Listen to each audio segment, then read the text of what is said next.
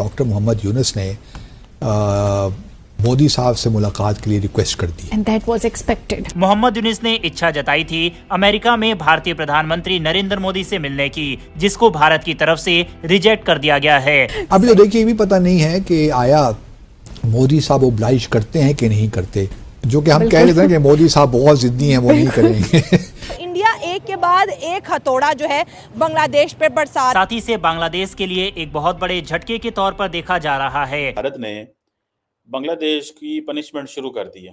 दूसरी जानिब अगर हम मेडिसिन की बात करें तो अब बांग्लादेश के अंदर आएगा मेडिसिन का भी बहुत बड़ा बहरान, क्योंकि 30% जो रॉ मटेरियल है मेडिसिन का वो इंडिया से जाता है और इंडिया का जो एक्सपोर्टर है अब वो बांग्लादेश के इंपोर्टर पे ट्रस्ट नहीं कर रहा। पर 24वीं दफा IMF के जाना एक 77 साल में एक मुल्क के लिए मींस के आपने फंडामेंटली अपने काम, एनर्जी सेक्टर का खसारा, मालियाती खसारा और एक्सटर्नल का खसारा, ये तीनों खसारे आप संभालने में नाकाम होते हैं और आप बार बार IMF के दर पे मांगने चले जाते हैं। पाकिस्तान की तरह भी अब बांग्लादेश IMF के पास जाता नजर आ रहा है। क्या बांग्लादेश दोबारा ट्रैक पे चढ़ पाएगा? अरे इंडिया ने कितना कुछ किया उनके लिए, क्या नहीं किया इंडिया ने बांग्लादेश के लिए।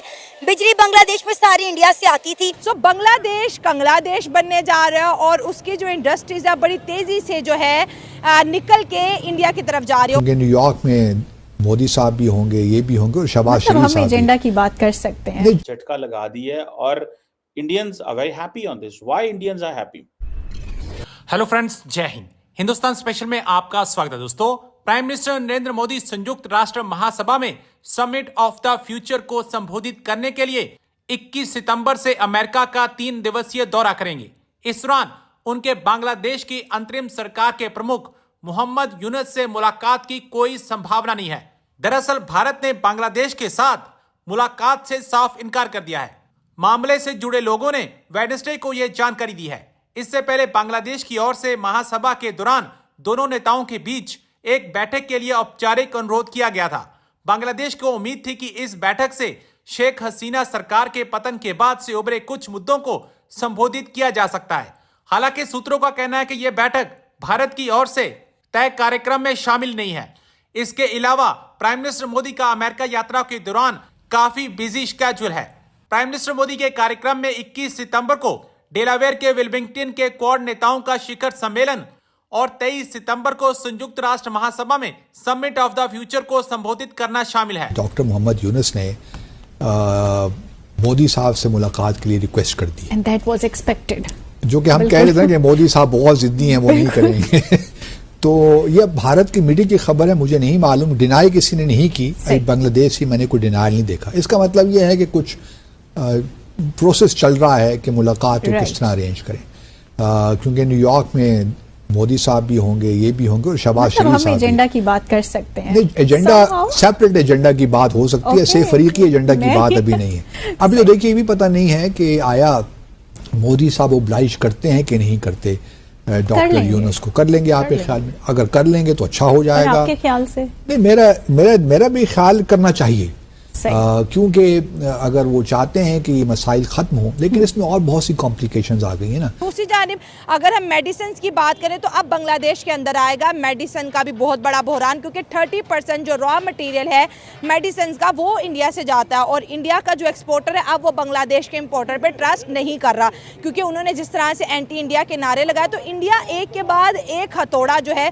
बांग्लादेश पे बरसा रहा है और जब तक बांग्लादेश ऐसे लगता है कि इंडिया से ताल्लुकात बेहतर नहीं करेगा तो इस तरह के जो बड़े बड़े जो धचके हैं वो बांग्लादेश की इकोनॉमी को लगते रहेंगे। सो अवाम की तरफ बढ़ते हैं और जानते हैं उनकी। 1971 में हमसे डिवाइड हो गए, जिसमें हमारे फैक्टर भी शामिल है।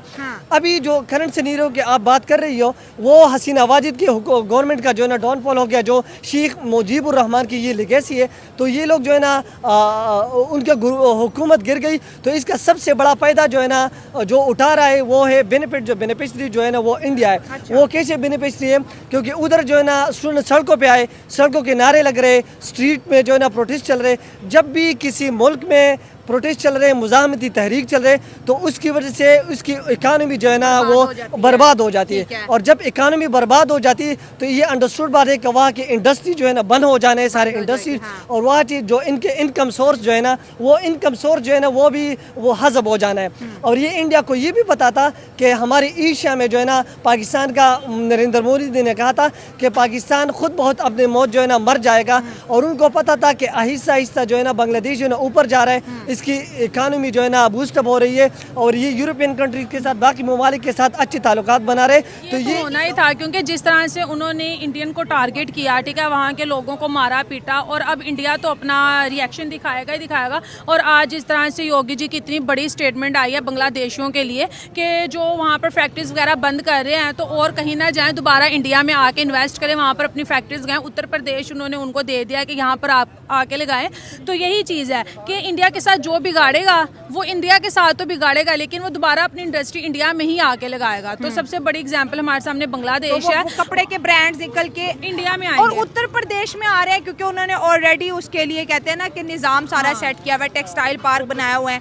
जैसे तुमने कहा कि इंडिया जो है वॉर को प्रेफर नहीं करता, इकोनॉमी के अंदर जो है जो इंडिया के साथ फ्रेंडली नहीं रहते उनको इकोनॉमिकली बहुत ज़्यादा जो है लॉस होता है। जैसे हमें बहुत ज़्यादा लॉस हुआ इकोनॉमिकली क्योंकि हमारे बॉर्डर बंद हो गए। अब बांग्लादेश को भी इकोनॉमिकली उसी तरह से ही नुकसान हो रहा है, क्योंकि बिजनेस कम्युनिटी ने कहीं ना कहीं तो जाना ही है। और उनके लिए सबसे अच्छी प्लेस इंडिया है, क्योंकि इंडिया में वो जाएंगे, वहाँ पे महंगाई नहीं होगी, वहाँ पे उनका जो कपड़ा है वो बहुत ज़्यादा बिकेगा, क्योंकि आपको पता है इतनी 1 करोड़ से ज़्यादा की वहाँ पे आबादी है। तो 140 करोड़ जहाँ एक कंट्री में लोग रहते हैं, तो आप खुद सोचो वहाँ पे किसी भी तरह की फैक्ट्री लगेगी तो वहाँ के बिजनेसमैनों को फायदा होगा। बिजली सस्ती, वहाँ पे टैक्स आए दिन बढ़ता नहीं है। अगर हम प्रोफेसर की बात कर लें, जो बांग्लादेशी प्रोफेसर ने अभी पिछले दिनों जो स्टेटमेंट दी थी कि हम पाकिस्तान के साथ मिलकर एटॉमिक बॉम्ब बनाएंगे, मैं उन्हें बोलूँगी सर आप क्यों बांग्लादेशियों का बेड़ा गर्क करना चाहते हैं? आधे से ज़्यादा तो वैसे ही हो गया, प्याज नहीं आ रहा, बिजली कट गई, चावल बंद हो गया,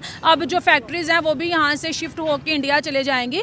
तो आप लोगों के लिए बेहतर यही है कि मैं ये बोलूँगी कि जो आम पब्लिक है उनको तो कोई नहीं है, वो बेचारे तो हम जैसों की तरह यही चाहते हैं कि ये क्या हो रहा है, लेकिन वो फ्रंट पे आके कुछ कर नहीं सकते। लेकिन जो करना चाहते हैं वो इस तरह की स्टेटमेंट दे के इंडिया को और मजीद गुस्सा दिलवा रहे हैं कि हमारे की जो इन्वेस्टमेंट है वो इंडिया में कैसे आ रही है, क्योंकि मुझे तो लगता है कि ये सिर्फ हमें पाकिस्तान को ना नीचा दिखाने के लिए इंडिया बांग्लादेश को सपोर्ट कर रहा है। अगर पाकिस्तान पॉजिटिव वे में उसकी मदद करेगा तो टेक्सटाइल में ऊपर जा सकते हैं हम। पाकिस्तान कैसे मदद करेगा? यहाँ पे ये बता दूं कि इंडिया के लिए 10,000 करोड़ की इन्वेस्टमेंट ऐसे है जैसे ऊंट के मुंह में जीरा, लेकिन 10,000 करोड़ इन्वेस्टमेंट से बहुत ज़्यादा जॉब जनरेट होंगी उत्तर प्रदेश के अंदर, और बहुत ज़्यादा पॉपुलेशन है उत्तर प्रदेश में। और इंडिया तो वैसे भी 5th लार्जेस्ट इकोनॉमी है, ठीक है। अगर बांग्लादेशियों की बात कर लें, जो उन फैक्ट्रीज में आम लोग काम करते थे उनकी जॉब चलेगी, और गुर्बत डे बाय डे वहाँ पे मजीद बढ़ती जाएगी। जब गुर्बत बढ़ेगी तो ऑब्वियसली क्राइम बढ़ेंगे। जिस तरह से हमारी कंट्री में यहाँ पे गुर्बत है, जॉब्स नहीं है, लोग डे बाय डे क्राइम्स करें। कराची इसकी बहुत बड़ी एग्जाम्पल है हमारे सामने। तो इनको चाहिए कि अपने रिलेशन इंडिया के साथ बेहतर करें। अगर पाकिस्तान के साथ बेहतर करेंगे, हम लोग तो उनको कुछ नहीं दे सकते, हम लोग तो खुद IMF से कर्जा मांगते, कभी कहाँ से मांग रहे हैं, कभी कहाँ से मांग रहे हैं।